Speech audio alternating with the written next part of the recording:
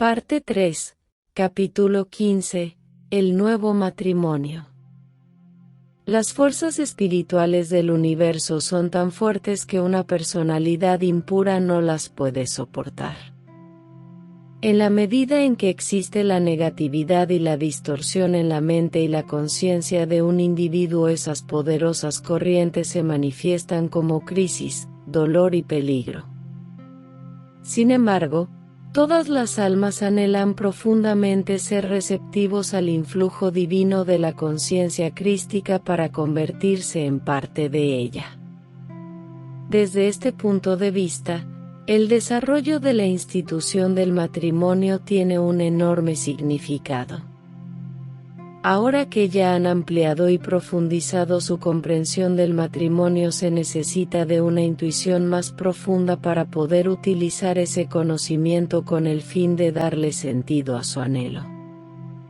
Este es siempre el primer paso hacia la realización de lo que se desea. El matrimonio a lo largo de los siglos. Consideremos cuál ha sido la evolución del matrimonio hasta ahora y abramos nuestra visión hacia el futuro para que puedan ustedes ver cuál es la actitud actual en relación con esta institución, teniendo en mente un cuadro más amplio. La historia solo puede ser correctamente comprendida cuando se percibe el significado espiritual que subyace a los eventos terrestres. En un pasado cercano, el matrimonio tenía varias funciones, que no incluían el compartir, para el amor y la reciprocidad en todos los niveles de la personalidad.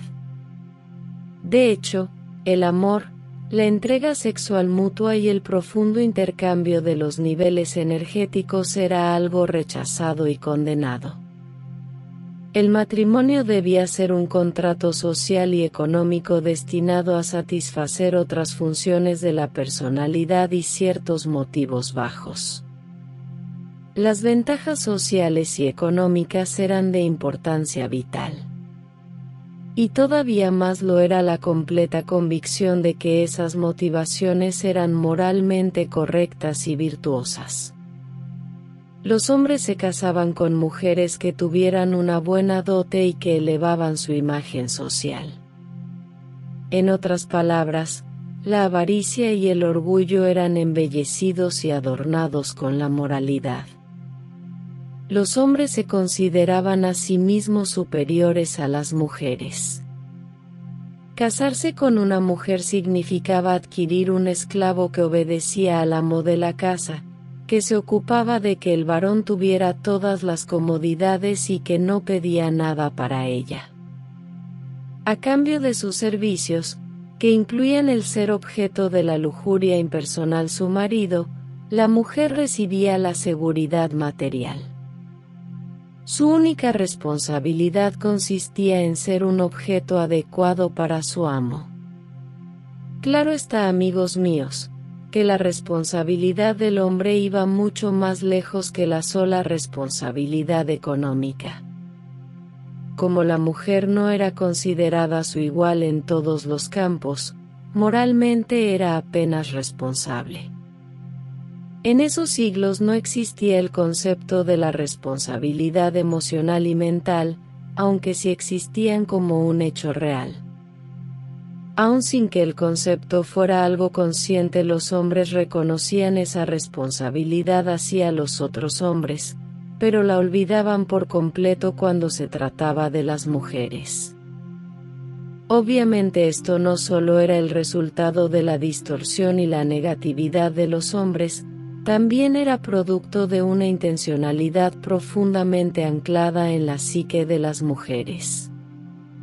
Durante mucho tiempo las mujeres rechazaron la responsabilidad personal en todos los niveles, haciéndose copartícipes de una relación desigual entre los sexos. El miedo al poder de la corriente unificada. Ambos sexos temían de la misma manera, y aún lo hacen, a las poderosas energías espirituales implicadas en las fuerzas del amor, el eros y la sexualidad entre hombre y mujer. Este poder cósmico es la corriente creativa misma de la cual surge todo lo que existe. Esta corriente poderosa se puede expresar de muchas maneras, no solo como una fuerza que une a un hombre con una mujer. Se puede expresar a través de disciplinas espirituales dentro del individuo, en una mezcla de los principios masculino y femenino con las corrientes de poder dentro de su alma individual. El alma impura no puede soportar esta corriente de poder. En la medida en que la sustancia impura del alma supura en la personalidad, la corriente de poder tiene que ser negada, suprimida y escindida. La sexualidad que se manifiesta sin amor, sin compromiso ni respeto es un ejemplo de esa corriente de poder negada y escindida. Los seres humanos que piensan que el sexo pornográfico o promiscuo es más placentero que la sexualidad que surge de una integridad unificada que se combina con el amor y la unión espiritual no podrían estar más equivocados. La situación opuesta es la verdadera. Pero el poder de semejante sexualidad es tan grande que no puede ser soportado por el alma que todavía vive, aunque sea en parte, en la oscuridad. Otro error humano bastante común es la creencia de que unos cónyuges fieles ya han rebasado el nivel de la sexualidad escindida. El típico matrimonio antiguo, como lo describí antes, era de una completa supresión, represión y negación de las corrientes espirituales de poder. En el hombre esa negación a menudo se manifiesta todavía como una incapacidad para experimentar sentimientos sexuales fuertes por la mujer que ama, a la que honra y respeta. Algunas veces el miedo inconsciente a la corriente de poder es tan fuerte que la escisión es total y el hombre es incapaz de vivir la sexualidad con la mujer a quien ama. En muchos casos, sin embargo, la división existe con una sola mujer. Es posible que honre en cierto modo y que ame a la mujer con la que se ha casado, pero durante el acto de unión sexual bloquea completamente la realidad de esa mujer. Este acto puede ser realizado solo cuando, en la mente del hombre, ella se convierte en un objeto inferior. El sexo pornográfico puede existir dentro del marco del matrimonio respetable y es perfectamente aceptado a nivel social. En el caso de la mujer, la negación de la corriente unificada de poder a menudo se manifiesta como una negación total de la realidad sexual de su cuerpo. Siempre que su sexualidad se manifiesta a pesar de todos los intentos por negarla, experimentada con culpabilidad y vergüenza. En el mundo en que viven hoy en día, la incomprensión acerca de la culpa y la represión sexual es casi tan grande como antes. Las represiones y negaciones, las culpas y falsas vergüenzas no son solo un resultado de la moral social y de las influencias de la mojigatería, sino que son productos reales de la incapacidad para soportar la fuerza de la corriente de poder completamente unificada, cuya fuerza solo puede ser sostenida por alguien que, al menos, se ha liberado un poco de la negatividad, el miedo, la duda y la destructividad. La persona con una libido muy desarrollada que experimenta el sexo sin amor, sin un involucramiento personal profundo con la otra persona escogida y que de manera promiscua prefiere parejas pasajeras sin mente ni corazón, es esencialmente igual que el moralista que es muy fiel a su esposa y que solo tiene con ella contactos sexuales furtivos considerados como deber marital. Los dos tienen miedo de la corriente amor-sexo que se unifica a partir del poder del Eros, a partir de la reciprocidad en el desarrollo de las almas y el compromiso de uno con el otro a través de la purificación personal. Hacia el éxtasis místico. La antigua relación hombre-mujer y la actitud ante el matrimonio son resultados directos del miedo de la corriente unificada amor-sexo. La purificación personal era prácticamente inexistente para la persona promedio, y solo en las iglesias se practicaba de manera significativa, pero ahí también el poder total de la corriente era disminuido por el mandato de la castidad. Es cierto, sin embargo, que algunas personas especialmente dotadas y desarrolladas evocaron ese poder espiritual a partir de sus propias realizaciones individuales. El éxtasis místico no es más que el flujo de una corriente de poder espiritual en el cual Dios es experimentado como una realidad física y viviente. Esto también puede ocurrir de manera ideal a través de la unificación de un hombre y una mujer que están suficientemente liberados del miedo y que juntos siguen su camino de autopurificación. Su unión liberará la corriente interna de poder para permitirles experimentar a Dios en sí mismos y en el otro. Antes de presentar más a fondo esta experiencia, vayamos hacia atrás en las etapas de la evolución histórica. El cuadro que les pinté del matrimonio tal como existió durante largo tiempo, es poco atractivo. De hecho, era más pecaminoso que cualquiera de los pecados que condenaban a aquellas que perpetuaron esos estándares. Esos moralistas dirigían la acusación de pecaminoso en contra del sexo ilícito, pornográfico o promiscuo que podía ser identificado desde el exterior. Es cierto que esos actos indican una negación de la unificación del amor y la sexualidad originadas en Dios, de la corriente de poder más grande, que en sí misma expresa la presencia divina. En cierto sentido, el miedo y la negación son síntomas del alma impura, el espíritu caído, si quieren. Pero como todos ustedes también cumplen con una tarea en su regreso al estado de unión con Dios, es inútil luchar en contra de esto. Quienes lo hacen son, a su vez, espíritus caídos, almas impuras y parte del mismo movimiento de evolución. La actitud correcta hacia el miedo de la corriente de poder total es la aceptación. Se necesita de un entrenamiento suave para que la personalidad pueda acostumbrarse gradualmente a esa poderosísima fuerza y soportarla de manera cómoda. El éxtasis puede ser y será algo holgado a medida que el alma vaya ganando estatura. Esto sucede a partir de un proceso de desarrollo que lleva muchas encarnaciones. Lo que sí era pecaminoso de la actitud que prevalecía hasta hace poco ante el matrimonio residía en la culpa secundaria. En vez de admitir su miedo de amar a un ser igual, el hombre tenía que rebajar a la mujer y convertirla en objeto.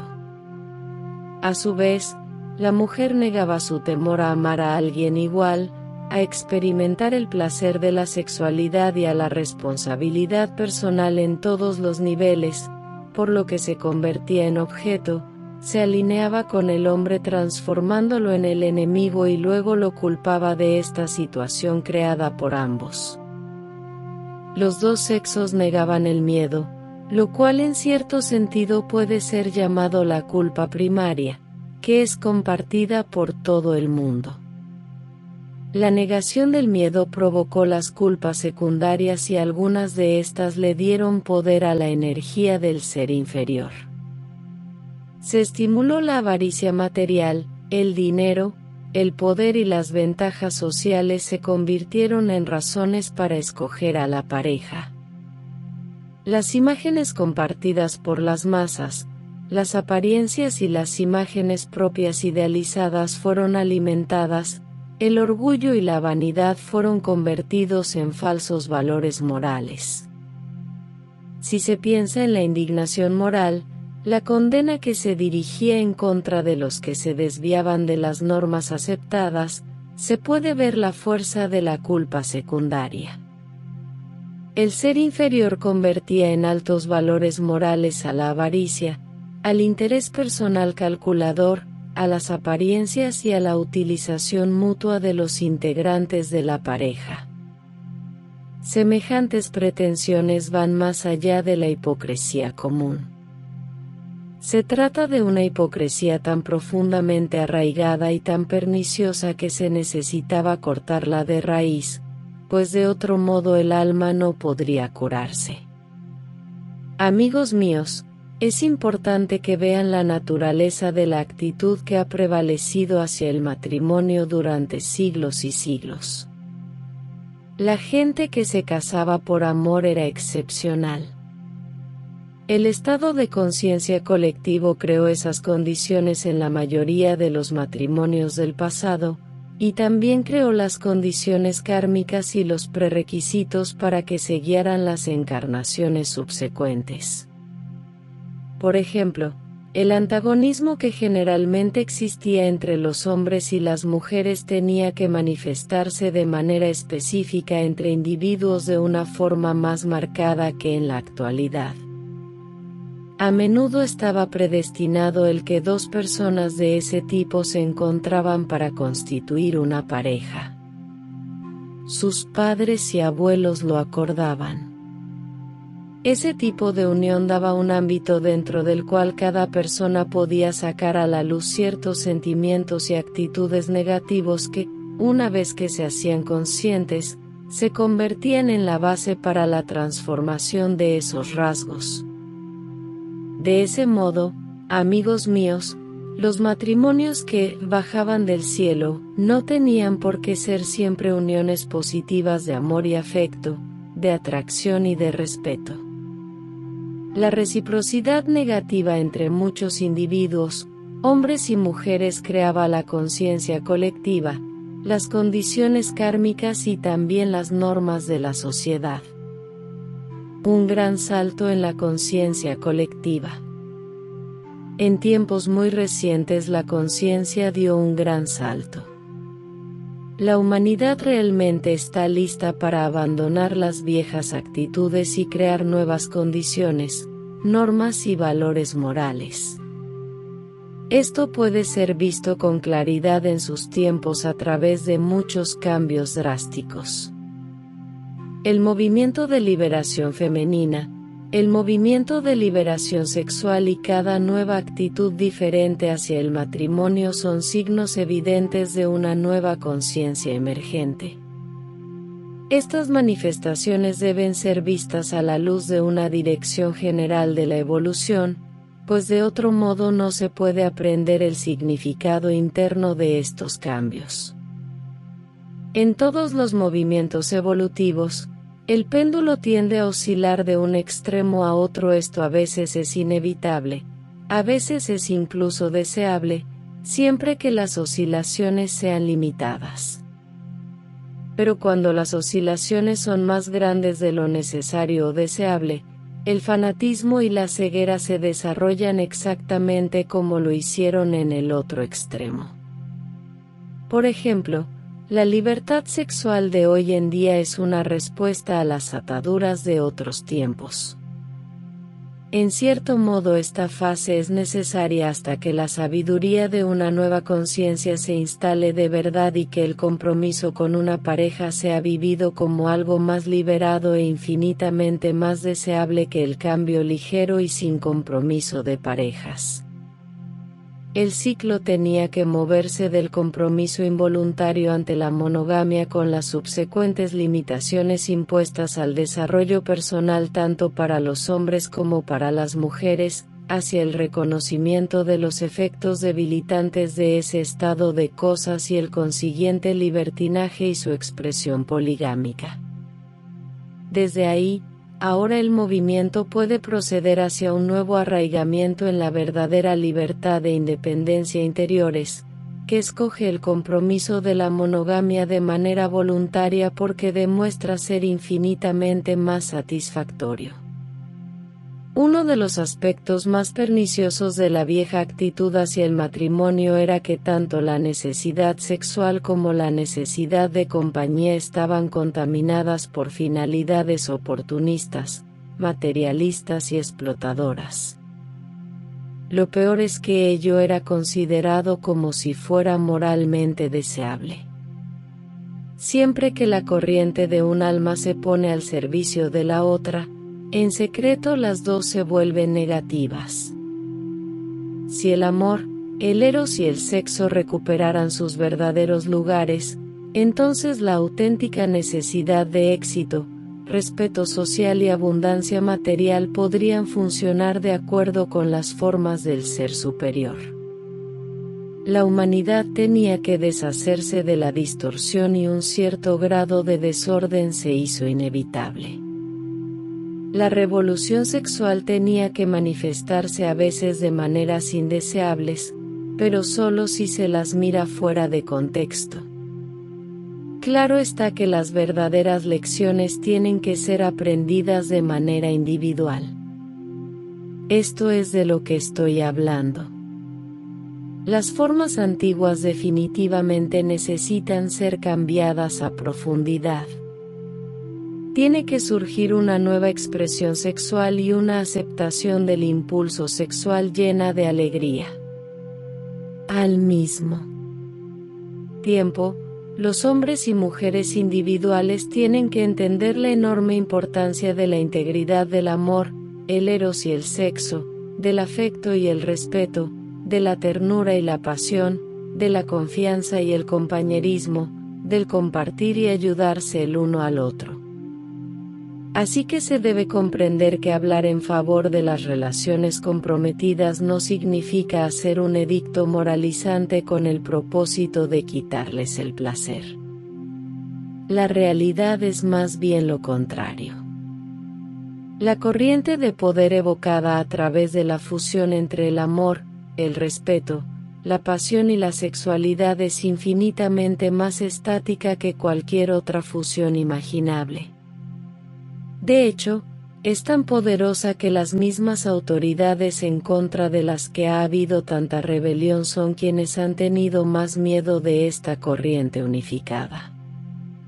Esas autoridades no están tan retiradas de quienes se permiten a sí mismos vivir la sexualidad solo de manera escindida, separada del corazón e ignorante de la verdadera intimidad y del compartir. La meta final. Es importante que conozcan el estado hacia el cual eventualmente habrán de crecer puesto que es su destino. Si no tienen un mapa así pueden timonear su barco. Pero hay una diferencia sutil e importante entre seguir ese modelo de manera orgánica y tratar de forzar algo que todavía no se ha llegado a hacer. Acepta que no puede ser de inmediato el individuo ideal y del todo fusionado.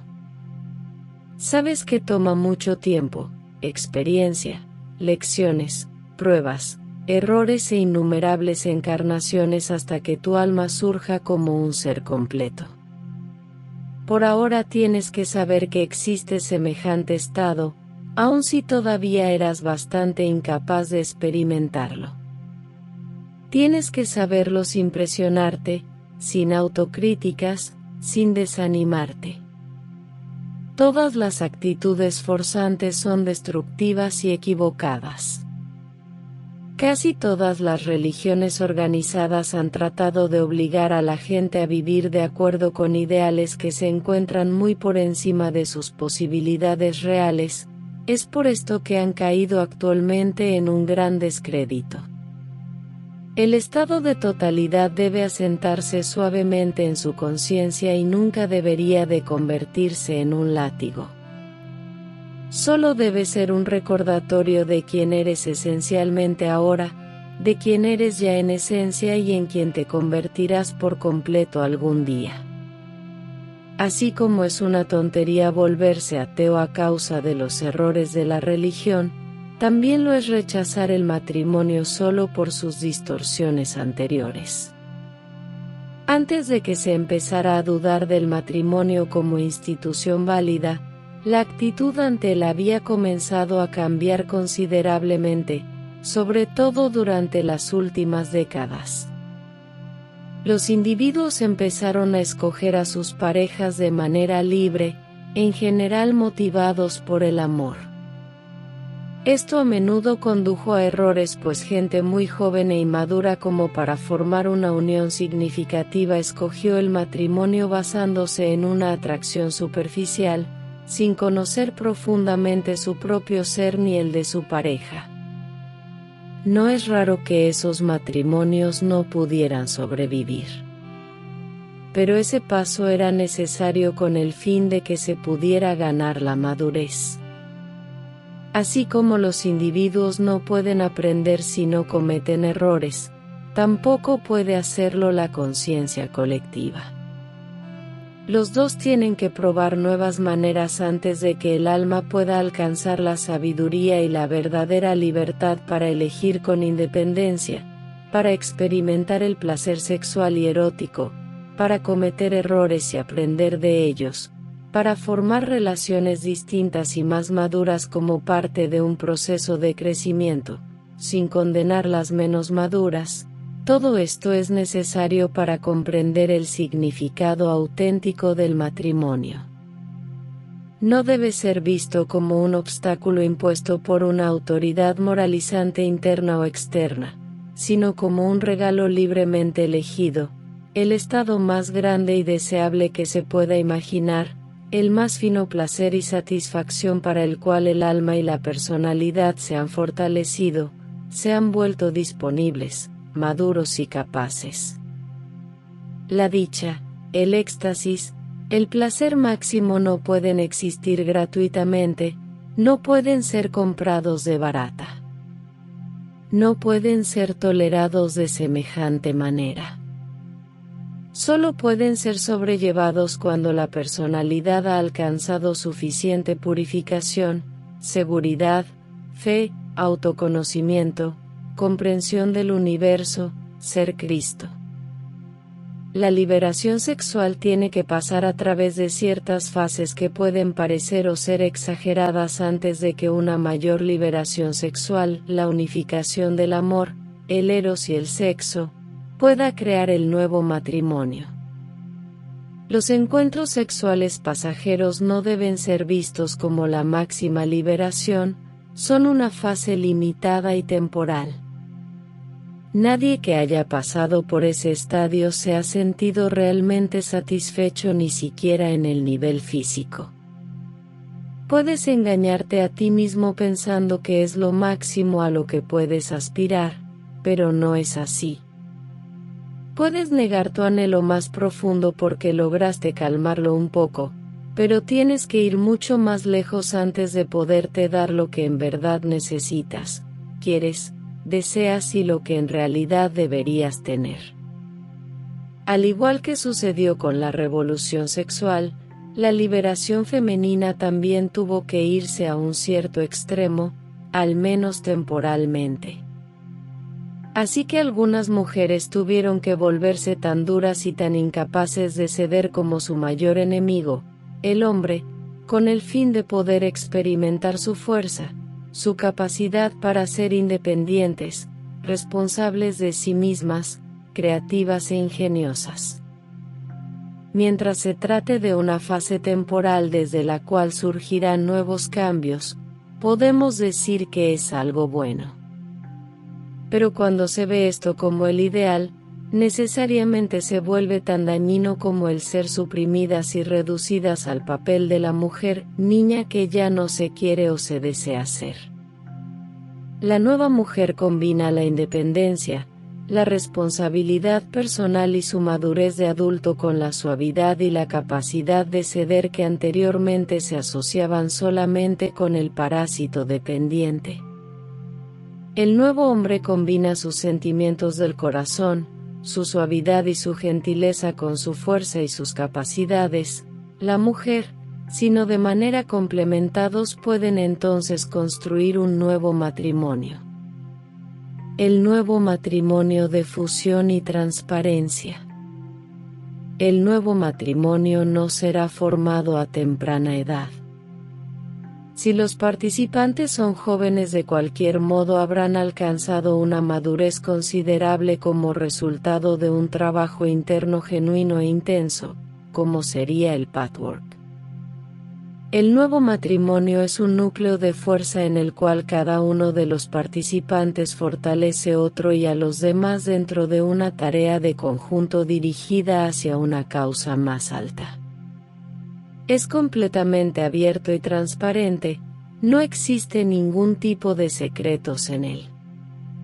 Los procesos anímicos de sus integrantes son compartidos en su totalidad. Pero este tipo de apertura y de transparencia tiene que ser aprendido. En cierto modo se trata de un camino dentro del camino. Debes exponer tus dificultades para alcanzar ese nivel de apertura, en vez de negarlas o esconderlas. Parte de la apertura consiste en revelar tu temor a la poderosa corriente espiritual, a las fuerzas que se desatan a partir de la unificación de tu sexualidad y tu corazón. Al compartir el miedo, aun si por el momento todavía eres incapaz de deshacerte de él, las obstrucciones serán rápidamente eliminadas y surgirá un cierto tipo de satisfacción vibrante a partir del solo hecho de compartir. En el nuevo matrimonio es un prerequisito indispensable estar en un camino de profundo desarrollo personal en el que todas las partes ocultas del ser son sacadas a la luz para alcanzar la realización dentro de una relación viva y vibrante. Cuando la vibración empiece a perderse, los dos integrantes de la pareja deberán explorar las causas, pues puede existir un sinnúmero de razones que producen el estancamiento, aunque ninguna de ellas sea necesariamente mala o vergonzosa. Cuando todos los niveles de las dos personalidades están abiertos el uno al otro, se unen y finalmente se funden, la intensidad y la vibración del encuentro sexual sobrepasa cualquier cosa que puedas imaginar por ahora. De hecho, es algo que anhelas de manera profunda, pues se trata al mismo tiempo de un derecho innato y de tu destino. Pero solo puede existir dentro de un compañerismo como el que describí.